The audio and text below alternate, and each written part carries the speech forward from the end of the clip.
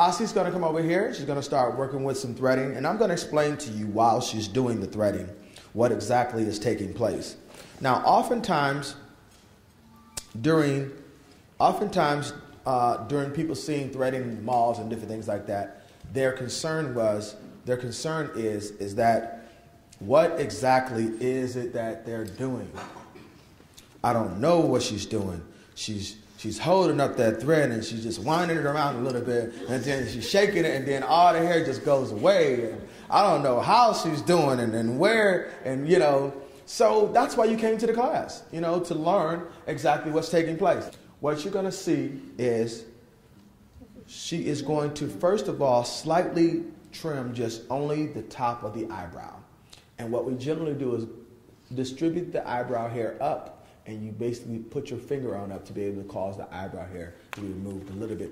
You're not trying to cut off a whole lot of hair. You just only want to be able to define the upper hair. The real detail comes in the bottom trim, by the way. Now, there's 3 different techniques. Hold on a second. There's 3 different techniques that we teach in our hands-on training. We teach you the hand-to-hand method. We teach you the neck method, actually, which Ashley does more often. I do mostly the mouth method, although I know how to do all 3 methods.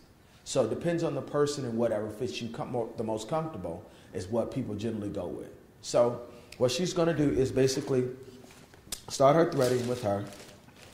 And I have... Oh, okay. So I'm explaining to you.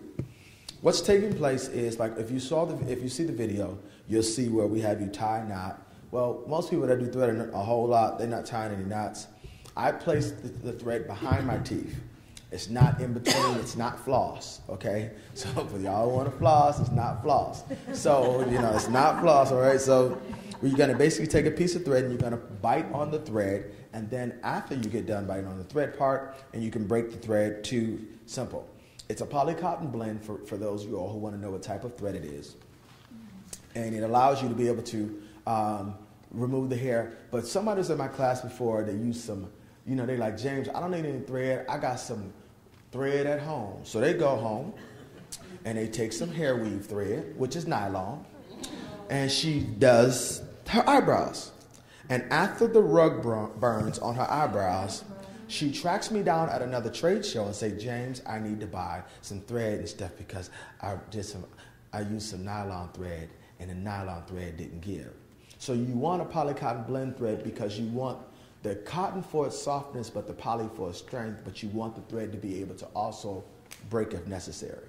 What happens with nylon? It does not break, y'all. Nylon is not breaking. That sewn weave thread, you got to cut that thread.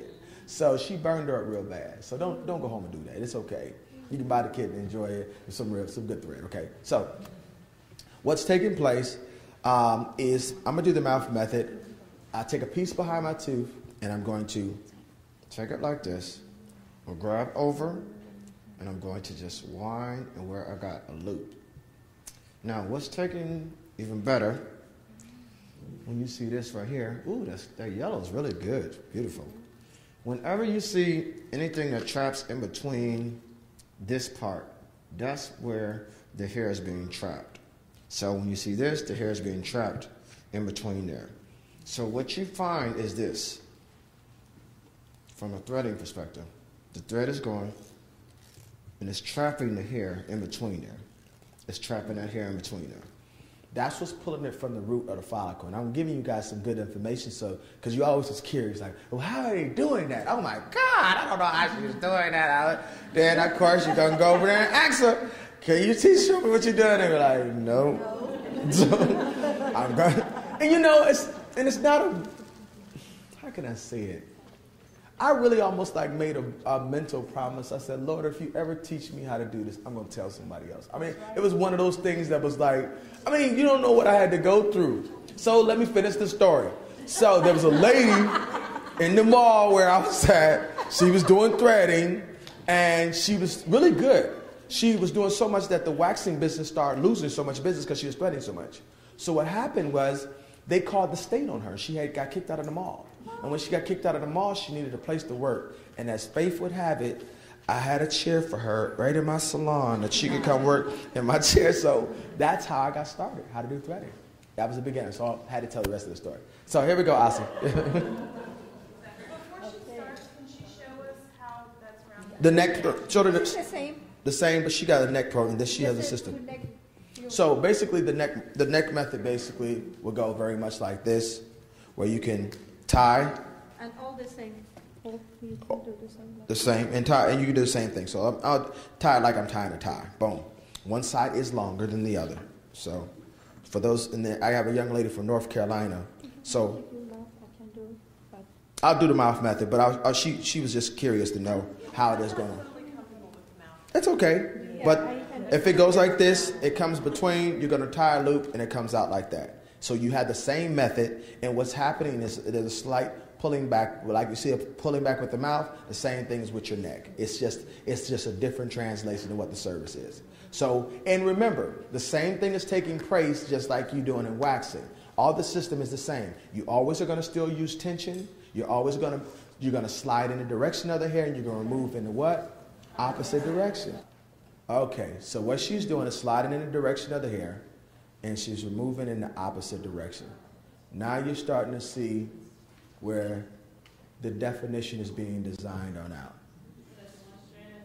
So you can do one. Now, the wonderful thing about threading is you can do one piece of, you can thread one piece of hair or a whole line of hair at a time. So it's the most precise when it comes down to that.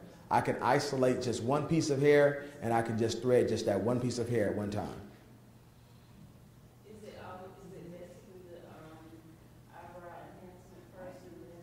That's an excellent question. Yes, it is best to do the eyebrow enhancement first. Why should we do the eyebrow enhancement first, guys? Because it basically alleviates some of the pain or the irritation that would be there. Not the pain, but basically if you remove hair, whether it's wax or anything, you put some water on afterwards, that area is a little bit more sensitive. So we color out first, and then we go into the hair removal. Now remember, eyebrow tinting can be used with waxing, it can be used with razoring or any other method of hair removal. We're just showing you with threading. Is it more painful than the wax? It's actually relative, I think, a lot of times. Let me explain it to you guys. Most of the times for African American females, the first form of hair removal is the wax. When they start to do threading, they're like, oh, this is not as bad as waxing is. You understand? So you got to keep that in mind. From a cultural perspective, sometimes I find that most African American women have a harder time with it sometimes than women that are white or Caucasian, because they're used to wax, but it's relative to wax, but sometimes it's not as bad, as far as pain is concerned. All right, take a look at that. Beautiful. Come over and turn your face this way so we can see. Nice and detailed.